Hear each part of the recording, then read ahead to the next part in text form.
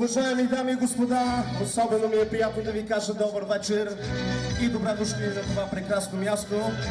Тук, където ни е събрал изключителният повод да празнуваме сватбеното тържество на тези млади и щастливи хора пред всички вас, които днешния ден съставляват младото семейство Елена и Иван Калибацеви. Аплодисменти!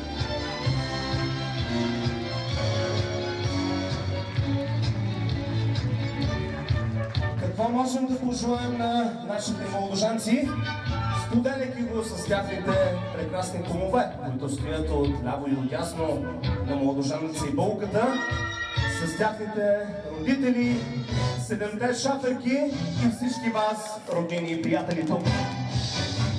Да пожелаем на Елена и Иван здраве, щастие, дълъг, лек и щастлив семейен съвместен живот.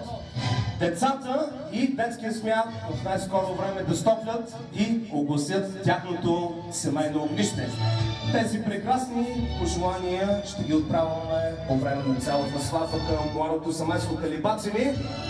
Нека сътворим един истински сватбен купон с много танци, много емоции, настроение и на здравици. А за да открием сватбата по традиционният начин, всички ние сме чували една стара българска поговорка: кумова дума назад не се връща, пред кум и кума вода се не гази. Затова ще дадем микрофона първо на Георги, след това и на Ласка, а в днешния ден с много любов и настроение кумуват Георги и Ласка Цанкови. Аплодисменти за кумовете!